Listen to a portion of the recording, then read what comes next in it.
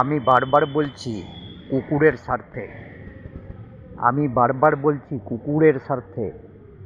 আমি জানি এই জিনিস, ভালো জিনিস কেউ দেখবে না, কেউ শুনতে চাইবে না। ছ্যাবলামো, আতলামো, নোংরামো থাকলে তখন মানুষের খুব রুচি হবে। কিন্তু তাও আমি কুকুরের স্বার্থে বলছি, বারবার বলছি।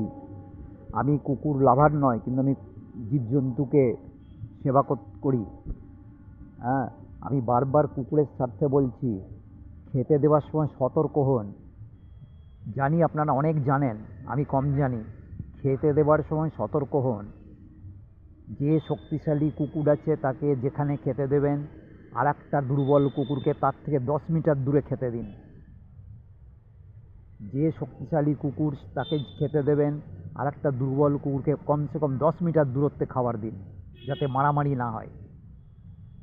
যেভাবে অন্য কুকুরদের বিস্কুট খাওয়ান, সেইভাবেই এদেরকেও দেওয়া উচিত। ওই দাঁড়িয়ে দাঁড়িয়ে ফেলে দিলে আবার নাকে নাক ঠেকিয়ে খেতে গেলেই আবার মারামারি হবে। হিংস্রতা ছড়ানো মানুষের মধ্যে তো আছেই, এদের মধ্যে ছড়ানো মহাপাপ।